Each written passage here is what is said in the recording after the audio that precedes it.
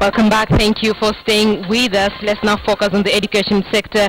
The heated hearing of the appeal in which the Kenyan public teachers' employer is seeking a reversal of the pay rise concluded. This comes as Education Cabinet Secretary Prof Kaimenyi maintains his support for the proposed performance contracts for teachers. Ngele with that story. The 6th of October marks the end of the hearing of the appeal in which the Teachers Service Commission is seeking a reversal of the 50 to 60% pay rise awarded to teachers. The hearing was concluded by submissions from Kupat's lawyer Judith Kusera, who argued that advice by the Salaries and Remunerations Commission was not binding to independent commissions, after TSC and SRC argued that the Salaries Commission should have been consulted before the pay rise was awarded. The judgment of the case will be given on the 6th of November. But as both parties await the court's judgment, Education Cabinet Secretary Prof Kaimenyi has supported TSC's proposal that teachers should be subjected to performance contracts, as this will help the ministry keep a close eye on the use of money allocated for teachers by the ministry. When we say our ed teachers, our principals must be held to account. It's obvious to you. It must be obvious to you. How can we give 44 million shillings every year to our institutions and somebody cannot be held to account? Tell me. Really?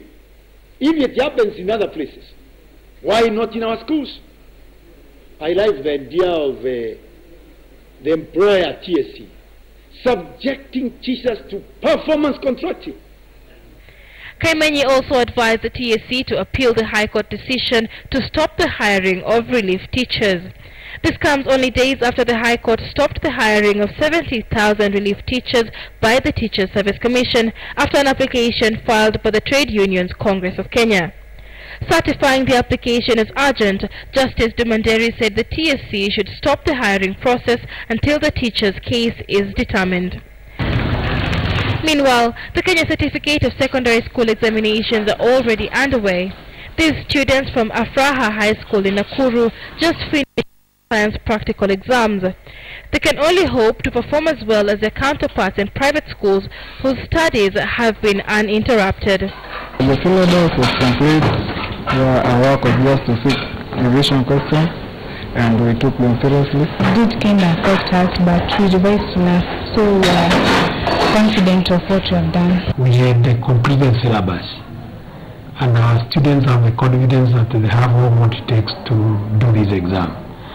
Teachers, however, had earlier stated that they would not mark examinations they have not supervised, and so the fate of practical examinations, which began last Monday, remains unclear. Ngele, KTN News.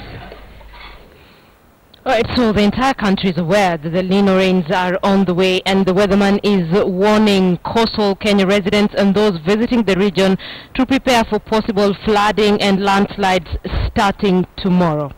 The Kenya Meteorological Services says the coast will experience heavy rainfall beginning Wednesday and possibly storms on Thursday. Residents in Kwale, Mombasa, Kilifi and Tana River are asked to be particularly careful and avoid waterways.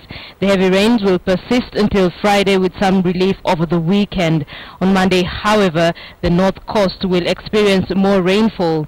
Parts of the Mount Kenya region, Nairobi, Mtito and Kibwezi will experience some rain on Thursday. It is expected that El Nino rains will start in the 4th week of October.